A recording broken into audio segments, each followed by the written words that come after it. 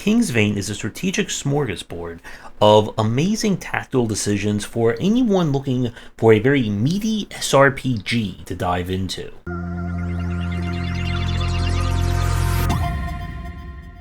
Kingsvein is from developer Rad Codex, and like some of our more nichier indie developers or indie games we've covered here on the channel, you either are well aware of who they are or this is the first time you've heard their name.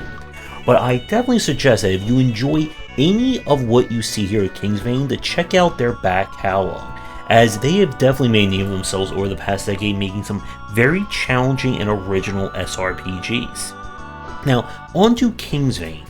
This is a more streamlined take in terms of kind of the presentation and story.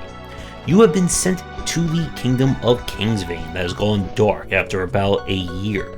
And unfortunately, the prince has usurped the throne, he has aligned himself with these strange creatures that can take over dead bodies, and whoever is left is fearing for their lives or working for the prince. And it's going to be up to you to hopefully save the kingdom and yourselves in the process.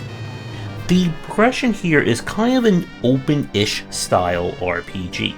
The world is entirely handmade, there's no RNG here, as you'll explore with your party and your trusty steed, looking for any and every resource that you can make use of.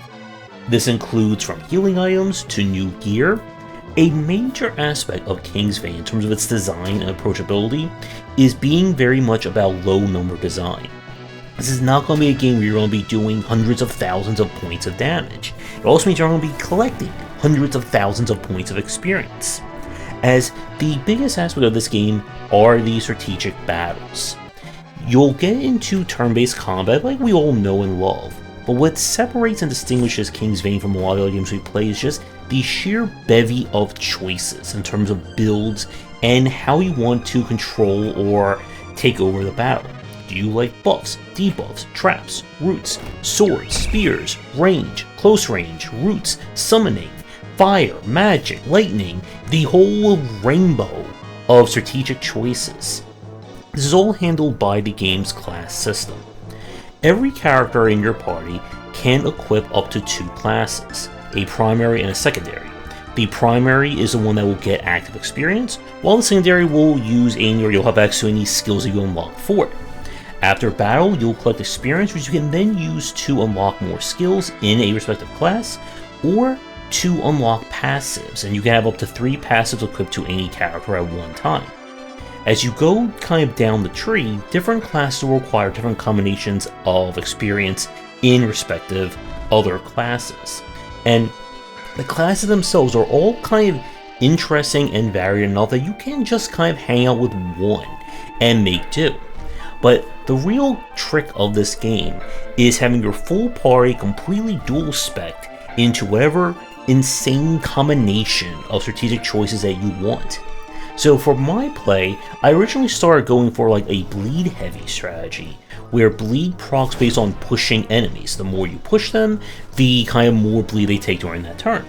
Then I just transitioned into just, I'm going to play pinball with these enemies, knocking them around, knocking them into each other, pushing them into fire and spikes and other fun things. And you really need to approach combat with a game plan. More often than not, you are going to be overwhelmed, and at least for the first quarter of this game, you're going to be outgeared.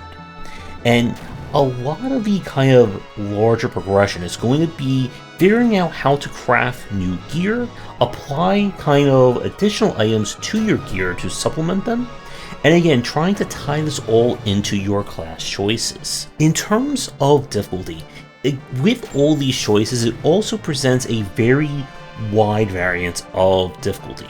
Depending upon which roles or which strategies you go for, it can greatly affect the difficulty of a fight.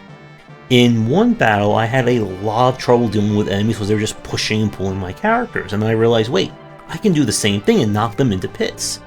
This is a game where almost every ability in some way, shape, or form is grossly overpowered and it just feels completely broken to use.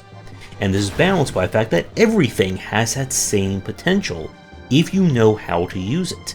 But you're never going to run into a battle where the enemies just flat out are immune to a specific debuff or option. There's no completely poison immune or push immune or magic immune kind of stuff here, and it's a breath of fresh air compared to some of the older RPGs we've played, or even some of the more modern ones where choices either don't really do all that much, or the enemy just so happens to be immune to the one that you chose. And I really enjoyed this one. Now, my main issues with this are more on the GUI and the UI UX. It is a little bit tricky to control, and I ran into some issues sometimes with just like trying to select one character or misclicking a few places here and there. The onboarding is adequate. I would highly recommend there's a kind of tutorial slab in the hub area once you kind of get past the tutorial to read through every one of them, because either the game didn't explain it or I missed some important things about how crafting and upgrading gear works. Given the low number design of this one, I do like how every one increment is a huge deal in terms of gear, damage, defense, and all that. And you're going to spend probably the first quarter of this game just trying to kind of feel out what you want your strategy to be. And everyone who plays this game or gets far enough is going to develop their own routine for combat. And as I said a few minutes ago, do you want to do more magic damage? Do you want to do more fire damage? You want to be pushing enemies? And every kind of elemental effect has some additional property to it, such as lightning that can travel to anyone connected. And yes, this is a game where friendly fire is definitely a thing, both for you and the enemy. And it can lead to some more crazy shenanigans that can happen. So ultimately, Kingsvein is a definite must-play for anyone who likes strategy RPG design, and if you're in the mood for more strategy over story. And as I said at the beginning of the video, if anything that I mention here sounds interesting to you or you're curious about this game, then definitely check out the other titles from Rad Codex, because each one kind of has its own unique flavor in terms of strategy battles, world design, and you will have a lot of time diving into them. Kingsvein was played with a retail key, but basically your game for a future video doesn't have to involve Kingsvein strategy, RPG, or anything else. Please reach out. If you did play any of Kingsvein or Rad Codex's other games, let me know what you think about them down in the comments. And with that, I will see everyone in the next video. Thanks for watching, and a special thank you to our Patreon supporters. If you enjoyed the video, do the YouTubing stuff, be sure to visit our Discord and Patreon, and you're interested in more in my thoughts on design, check out my game design books.